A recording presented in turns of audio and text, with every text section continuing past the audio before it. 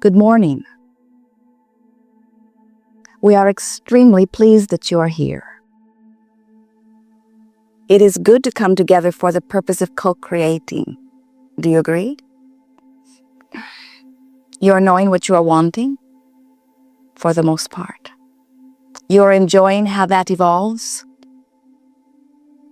The entire universe is established in order to assist you out here on the leading edge of focusing your desire. How are you doing with that? Do you enjoy the desire when it is manifest?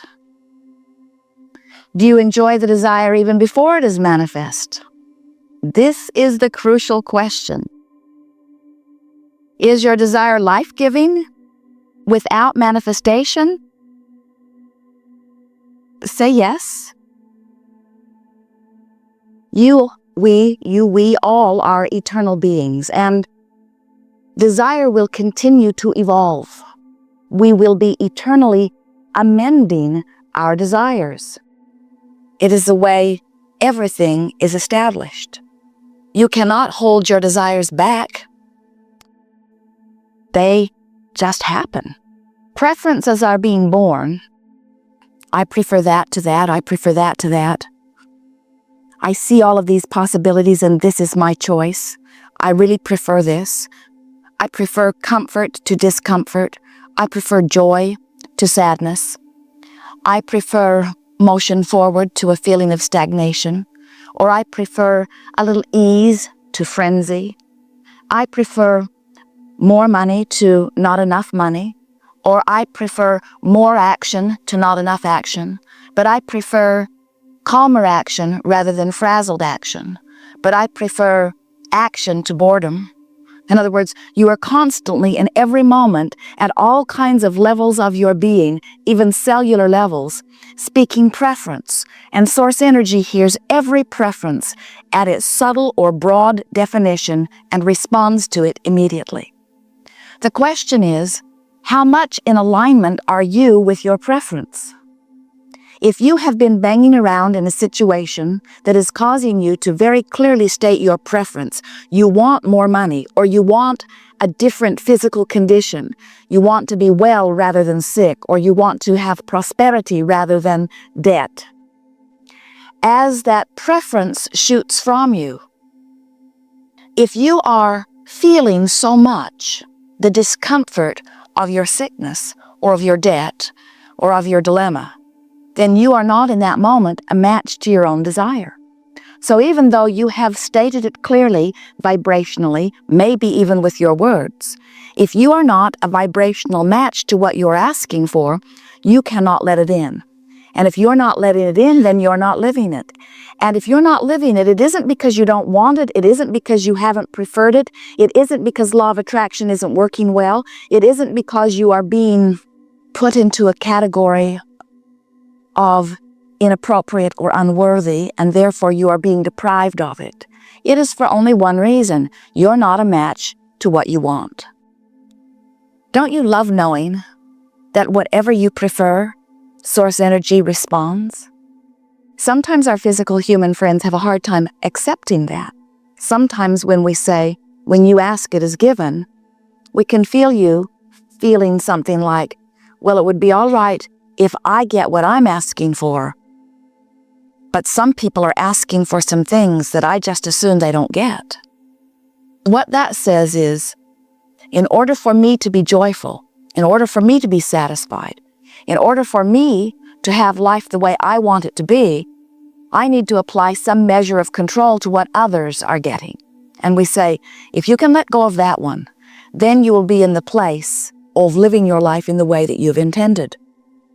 If you will see this environment as a buffet with all possibilities, and you will allow all, including yourself, to choose whatever they are choosing, and you don't get involved in what they are choosing, you will more likely be in alignment with who you really are. It's an interesting thing. When you get together, even in your groups where you feel some sense of compatibility, very often, right in the middle of that compatible group, you have arguments. You say, oh, well, we really come together when we push against our common enemy. And we say, yes, but you have enemies even within your group. And if you could get to the place where you no longer feel a need to push against anything that you disagree with, you would become in alignment with what you do agree with. That's really big. Do you hear that? Do you know that it is your pushing against those things you don't agree with that causes you to be out of alignment with what you do agree with? Even within your own body, there might not even be anybody else involved with it.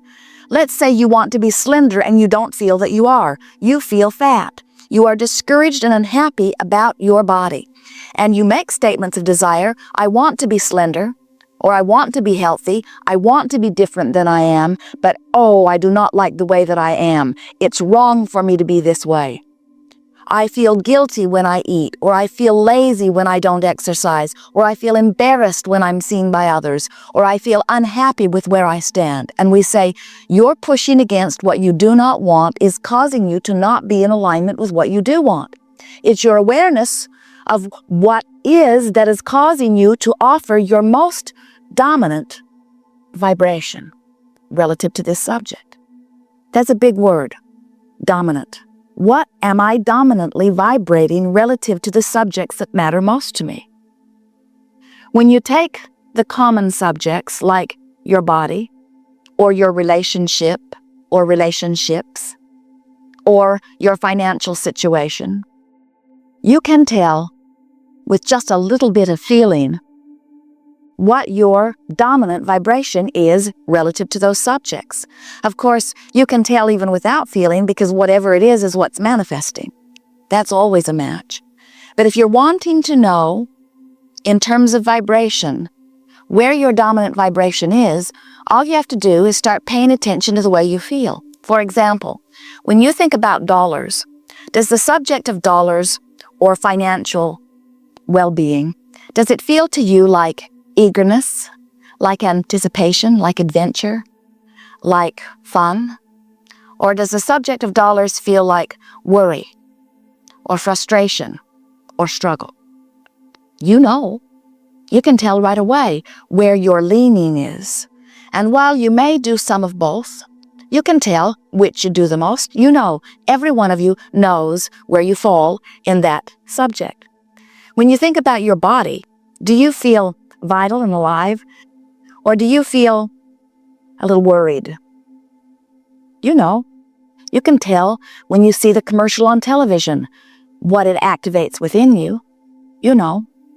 When you think about your primary relationship, the one where you are intertwined most intimately, does it feel life-giving or life-draining? You know. Through time and through your association with your life experiences, you have developed patterns of vibration, some of which are serving you enormously well, and some of which are flat out not a match to what you want. If what you desire and what you dominantly offer vibrationally relative to that subject don't match, then your desire cannot come to fruition. But something even more important than that, you don't feel good on your way to its fruition.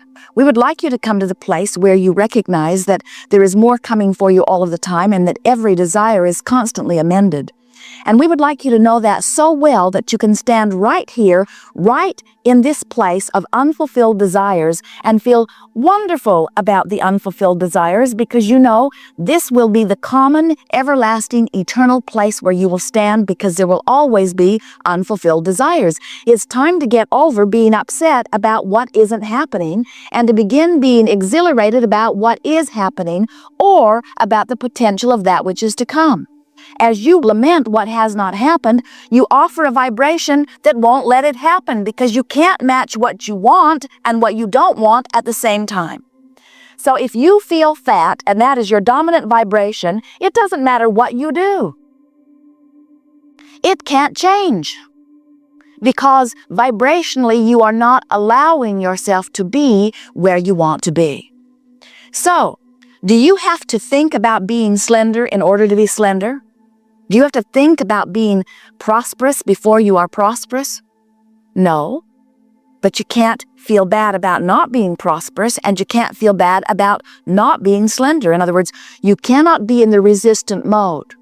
You've got to be in a mode of feeling good in order to allow that which you consider to be good to come to you. So when we talk about your dominant vibration, we are not talking about holding yourself tenaciously upon thoughts and not allowing yourself to ever think toward a certain thought in a certain way. What we are suggesting is that you just begin to relax and lighten up and be more free and easy about more things, and trust that the things that you have identified preferences about are known by all that is, are being organized in terms of circumstances and events, and if you will just chill out and lighten up and get into a place of no longer resisting, those things will come to you. It's a matter of deactivating the vibration that you don't want. Now that's tricky. We said that to you in a way that you would understand it. We also said it to you in a way that does not work. And here's what we mean. You cannot deactivate a thought. You say, all right, I feel fat and I want to be slender, so I have to deactivate the feeling fat. Problem with that is every time you think about being fat, you activate it. Every time you think about no longer smoking, you activate it. Every time you think about anything, you activate it. The way you activate is by giving your attention to it. So the way you deactivate is not give your attention to it. But when you decide you're not going to give your attention to something, you're usually giving your attention to that thing you're not going to give your attention to. And now you've activated it. And so the key to getting what you want is by activating thoughts that feel good when you focus upon them. So this business of solving problems has never worked for you because you activate the problem during your solving process.